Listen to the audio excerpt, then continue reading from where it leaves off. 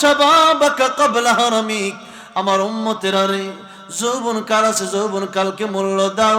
চিরজীবন মানুষের যৌবন কাল থাকে না। কথা ঠিক কিনা বলে? চিরকাল যৌবন থাকে? আমার আগে আসলেন ডক্টর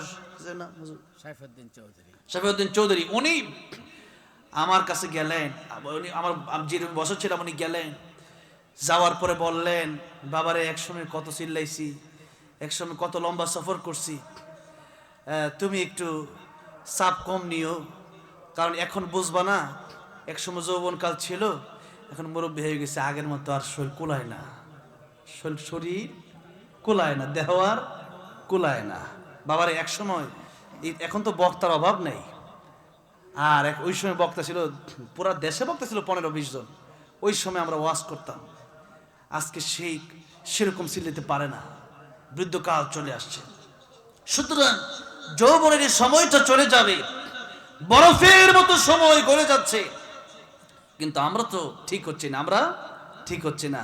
নবী বলেছেন, এই সময় ইবাদত করো, এই সময় ইবাদতের মূল্য কত? যৌবন কালটা আল্লাহ রাস্তা যারা বিলাই দিবে, আরশে আজিমের নিচে হবে তাদের স্থান। যৌবন কালে যারা ইবাদত করবেন, বৃদ্ধকালে সেরকম ইবাদত না করতে পারলে আল্লাহ তারা সেই ইবাদতের সবটা তার আমল নামে ফ্রিতে দিয়ে দেবেন। গোশত একজন বিক্রি করে শুক্রবারে গোশতের অফার দিচ্ছে, গরুর গোশত 5 কেজি কিনলে পরে আধা কেজি ফ্রিতে দেব।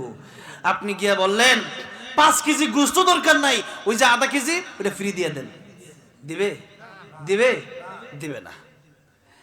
ঠিক তেমনি ভাবে যৌবন কালে ইবাদত নাই, মিজানের পাল্লাটা ভারী হবে কিভাবে?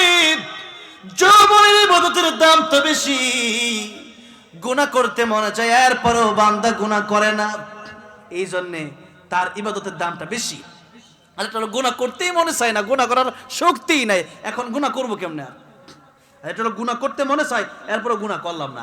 নামাজ পড়তে মন চায় না, এরপরে পড়লাম, ডবল সব, সুবহানাল্লাহ। এক সাআতাকা ক্বাবলা সাকামিক, নবীজি বলেন, সুস্থ আছো বড় নিয়ামত, এই সুস্থ অবস্থায় ইবাদত করো সুস্থ হয়ে যাওয়ার আগে। অ্যাক্সিডেন্ট হয়ে কত মানুষ দুনিয়া থেকে পঙ্গু হয়ে হসপিটালে ভর্তি আছে, একটা মাত্র রোগ হয়েছে, বাড়ি গাড়ি সব বিক্রি করে দিয়েছে, এরপরেও মানুষ সুস্থ হয় না, এমন ঘটনা এদেশে আছে না নাই? অভাব নাই, সুস্থ হতে পারে নাই। কত এমপি, কত মন্ত্রী, ওই মির্জা আব্বাস একজন গিয়া সিঙ্গাপুর বৈশা রয়েছে, কি অসুস্থ বলে হয়েছে?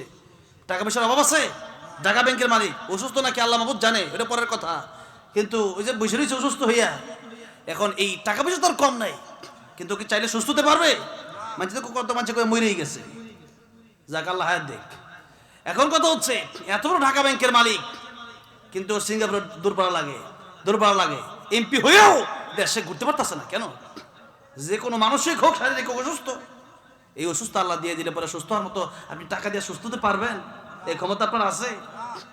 কত ধনী সুস্থ হয়ে যেত, যাও ছাড়া কিচ্ছু হজম হয় না, কত ধনী, ঘুম হয় না, কত ট্যাবলেট খায়।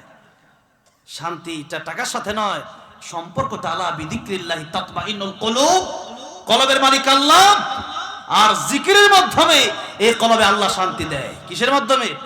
জিকিরের মাধ্যমে, জিকিরের মাধ্যমে। ভাইরা বাবাজিরা, সুস্থতা বড় নিয়ামত।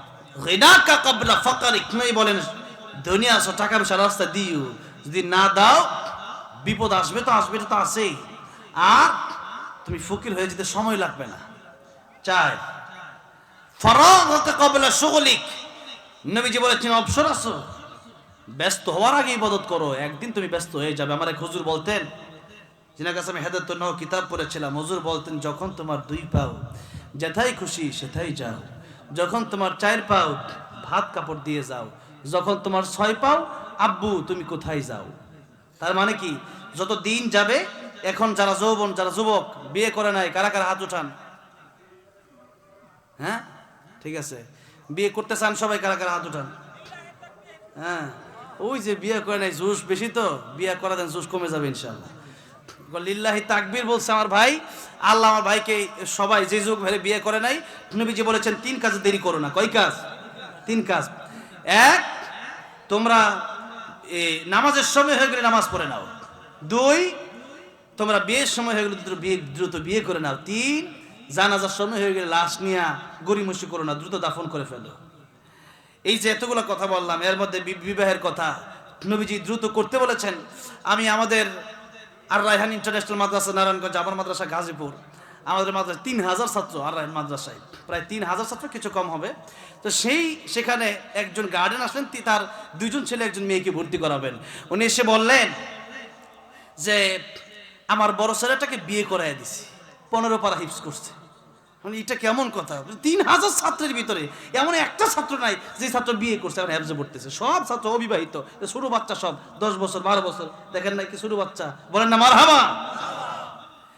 এখন উনি বললেন হুজুর একটা মেয়ে পাইছি এতিম, চিন্তা করলাম তার দায়িত্ব নেব, আর ওদিক দিয়ে চিন্তা করলাম দায়িত্ব যেতে নেব ঘরেই তো থাকবে, আর আমার ছেলেটাও মোটামুটি বয়স হয়েছে, বয়স কেবল বালিগ হয়েছে, এখনই তার বিয়ে করে যাতে করে গুনার দিকে সে দাবিত না হয়। ছেলেও ভালো, মেয়েও, একবারে তার দায়িত্ব নিলাম, বিষয়টা এমন না, মেয়ের দায়িত্ব নিলাম আবার ছেলেকেও বিয়ে করাই দিলাম। হেফজও পড়বে ঠিক আছে, বিবাহিত অবস্থায় পড়ুক, বাসায় গেলে বউ পাবে, যেরকম মারহাবা। আমি বললাম কত ওয়াজ করলাম, এই ওয়াজ তো শুনলাম না, যে ওয়াজ আপনি করলেন আমার খুব ভালো লেগেছে। আপনাদের ছাত্র এখানে থাকা দরকার, অন্তত আমি মানুষের কাছে গিয়ে একটা কথা বলতে পারবো, ওয়াজ করছি বহু কিন্তু একজনের পাইছিলাম। তো এইরকম আমার যুবক ভাইদেরকে আল্লাহ নেককার পাত্রীর ব্যবস্থা করে দেন, যদি বলেন আমিন। নেই বলছেন 4টা জিনিস দেখে মানুষ বিয়ে করলে, মালিহা ওলি জামালিহা ওলি হাসাবিহা ওলি দীনহা ফাযফার বিদাতি দ্বীন। নেই বলেছেন মানুষ ধন সম্পদ দেখে, চেহারা দেখে, বংশ দেখে, দিনদারিতা দেখে। নেই বলেছেন তোমরা দিনদার মেয়ে দেখে বিয়ে করে ধন্য হয়ে যাও, আর যদি দিনদার মেয়ে বিয়ে করতে না পারো তুমি ধ্বংস হবা, তুমি ধ্বংস হয়ে যাবা। কিন্তু আমরা কি ওই দিনদারিতা দেখি? এখন চেহারা লাগবে একবার নায়িকার মতো, একবারে কিসের মতো? নায়িকার মতো। 1000-এ 1জন হওয়া লাগবে, 1000-এ 1জন। এরপরে ছেলেও চাই টাকা, মেয়েও চাই টাকা, যৌতুক সাথে আজকাল বিয়ে করা, বিয়ে দেওয়া মারাত্মক মুশকিলের ব্যাপার, ঠিক না? ঠিক বলেন।